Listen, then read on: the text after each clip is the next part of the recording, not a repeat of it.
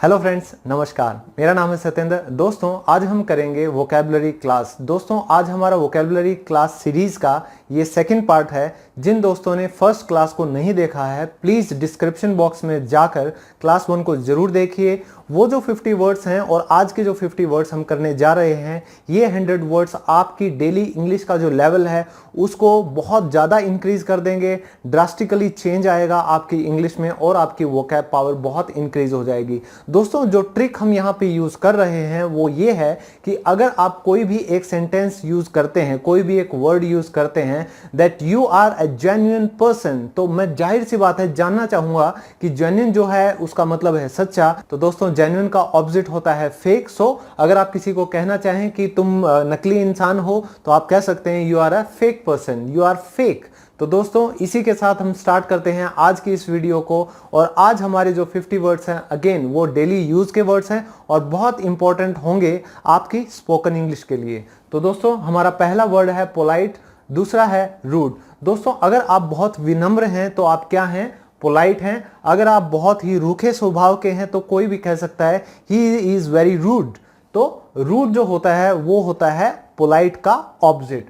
So friend, second word है totally and then partially. दोस्तों, अगर आप कहना चाहें कि मैं पूरी तरह से किसी चीज के साथ हूं तो आप कहेंगे I totally agree with you.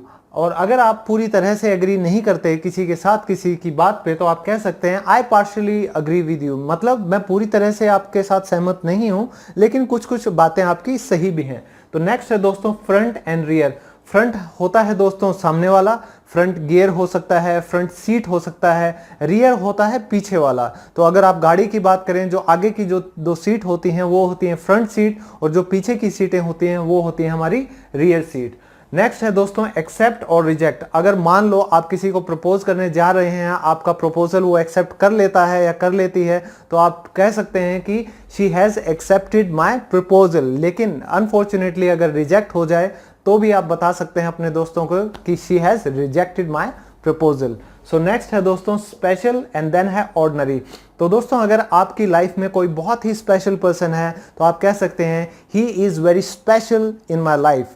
तो अगर कोई बहुत ही ऑर्डिनरी बंदा है, he is an ordinary friend, कि ये बहुत आम फ्रेंड है, नॉट अ कॉमन और अ स्पेशल वन।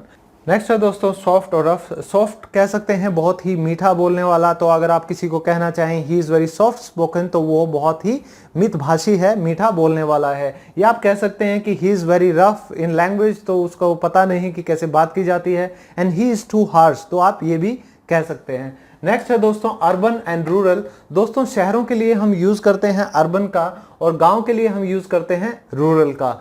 नेक्स्ट है दोस्तों स्क्रीम एंड विस्पर। अगर आप चिल्लाते हैं और कोई आपको कहता है डू नॉट स्क्रीम, कि चिल्लाओ मत, तो वो होता है चिल्लाना। और विस्पर होता है कानाफूसी करना, फुसफुस करना। तो हम कह सकते हैं किसी को, अगर कोई आपस में ऐसे कानाफूसी करता है, even I am a teacher when I teach in the class, तो कई स्टूडेंट्स होते हैं वो आपस में बातें करते हैं, so they whisper, okay, stop this whispering. तो मैं उन्हें कह सकता हूं stop this whispering. Next sharp and blunt. दोस्तों, इसमें अगर आप किसी ऑब्जेक्ट की बात करें, तो अगर मैं नाइफ की बात करता हूं, चाकू की बात करूं, तो कई चाकू जो बहुत तेज होते हैं हम उनको कह सकते हैं शार्प। कोई अगर शार्प नहीं होता है तो उसका होता है ऑपोजिट ब्लंट। अब दोस्तों, इसको अगर मैं बोलने के उसमें इस्तेमाल करूं तो ही इज टू ब्लंट, कि वो सीधा मुंह पे बोल देता है। तो इसके लिए भी हम किसका यूज कर सकते हैं? ब्लंट का। नेक्स्ट है दोस्तों अवेक एंड अस्लीप। तो अगर कोई जगा हुआ है तो उसके लिए हम यूज करेंगे अवेक, ही इज अवेक, कि वो जगा हुआ है। और अगर कोई सोया हुआ है हम उसके लिए कहते हैं ही इज अस्लीप। नेक्स्ट है दोस्तों फेल एंड सक्सीड। तो ये बहुत ही सिंपल है कि अगर कोई लाइफ में फेल हो जाता है उसके लिए हम फेल यूज कर सकते हैं, हार जाना, तो किसी एग्जाम में पास ना हो पाना। और अगर उससे सक्सेस मिल जाती है तो वो सक्सीड करता है लाइफ में। So to succeed in life hard work is very important, there is no shortcut to hard work. Next है दोस्तों बिल्ड एंड डिस्ट्रॉय। तो अगर कोई बिल्डर है वो बिल्डिंग को बनाता है, ही इज बिल्डिंग समथिंग, और you are building your dreams in your life. तो अगर कोई आता है और उन सब सपनों को, आपके ड्रीम्स को डिस्ट्रॉय कर देता है, मिटा देता है, तो आप कह सकते हैं you have destroyed my dreams. अब जाते हैं दोस्तों नेक्स्ट वर्ड्स की तरफ। सो फ्रेंड्स, नेक्स्ट है हमारा कंसील एंड रिवील। दोस्तों अगर आप किसी से कोई इन्फॉर्मेशन छुपा रहे हैं उसको हम बोलते हैं conceal. Now CBI is enquiring about Sushant case because somebody is concealing the vital information. तो इसका मतलब कोई जरूरी जानकारी छुपा रहा है, तो वी यूज कंसील छिपाने के लिए। रिवील होता है कि बता देना, उजागर कर देना। ही हैज रिवील्ड एवरीथिंग, कि उसने सब कुछ उजागर कर दिया, सब कुछ उसने बता दिया। नेक्स्ट है दोस्तों क्लोज, और फिर होता है डिस्टेंट। दोस्तों अगर आप अपने रिश्तेदारों की बात करें तो क्लोज रिलेटिव होता है जो आपके बहुत आसपास के हैं, जो आपके चाचा ताऊ बुआ, ये सब आपके क्लोज रिलेटिव हैं।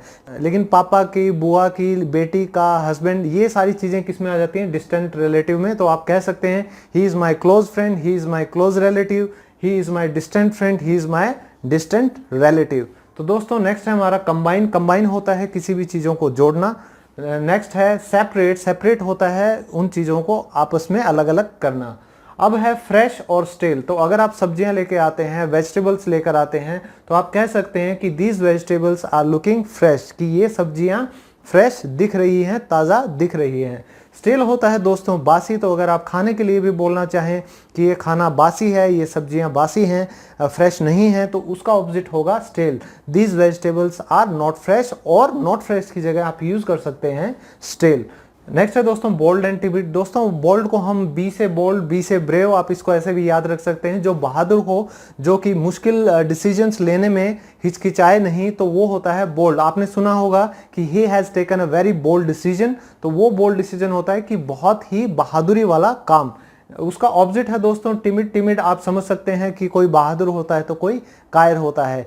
He is a timid man, कि वो एक बहुत ही डरपोक इंसान है। दोस्तों नेक्स्ट है अराइव एंड डिपार्ट।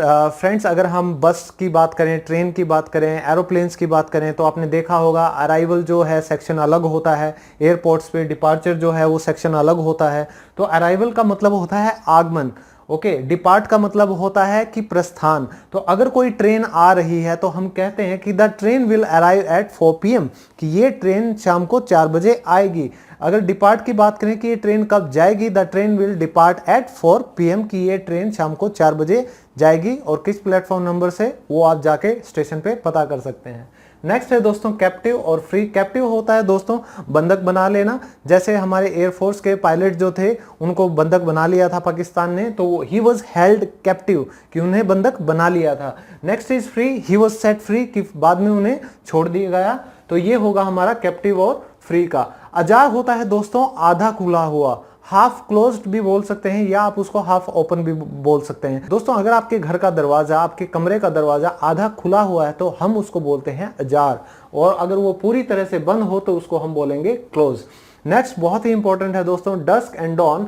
दोस्तों जो डस्क होता है वो होता है शाम का समय, जब सूरज ढलता है सनसेट के टाइम पे, और जो डॉन होता है दोस्तों वो होता है सुबह का समय, जो कि है सनराइज का समय।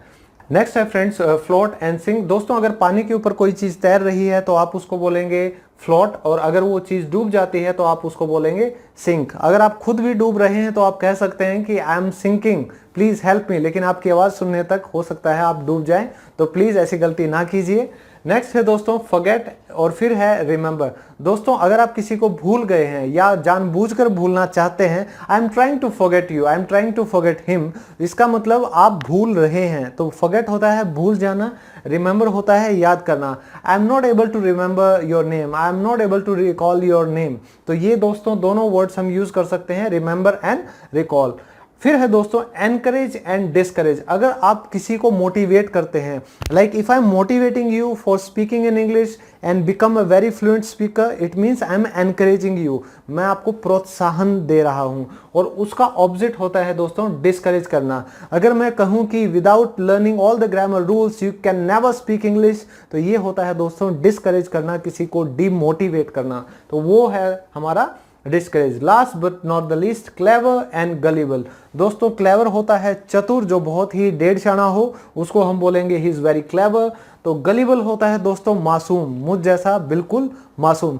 तो गलिबल याद रखिएगा, बहुत ही मासूम, जैसे एक छोटा बच्चा होता है, दैट चाइल्ड इज गलिबल या he is a gullible boy. So friends, I hope कि अब तक जो दोनों क्लासेस वोकैब की आपने की हैं उसमें 100 वर्ड्स आपने बहुत अच्छे से याद कर लिए होंगे, लिख लिए होंगे। और फ्रेंड्स, इन्हीं वर्ड्स को इस्तेमाल करके आप अपनी स्पोकन इंग्लिश को लेवल बढ़ा सकते हैं, इंक्रीज कर सकते हैं। आई होप फ्रेंड्स ये वोकैबुलरी के सेशंस, ये क्लासेस हम आगे भी कंटिन्यू रखें, लेकिन उसके लिए मुझे आपका फीडबैक चाहिए। सो कमेंट सेक्शन में प्लीज़ अपने वैल्यूएबल कमेंट्स मुझे भेजने ना भूलें। और इसी के साथ आज की वीडियो मैं यहीं पे ख़त्म करता हूं। बने रहिए मेरे साथ, मेरे इस चैनल को शेयर कीजिए अपने फ्रेंड्स, अपने relatives, distant relative, close relative, सबके साथ शेयर कीजिए और कोशिश कीजिए कि हम इस छोटी सी कम्युनिटी को बहुत बड़ा बना सकें और हर किसी की हेल्प कर सकें जो इंग्लिश सीखना चाहता है। थैंक यू दोस्तों आपके सपोर्ट के लिए।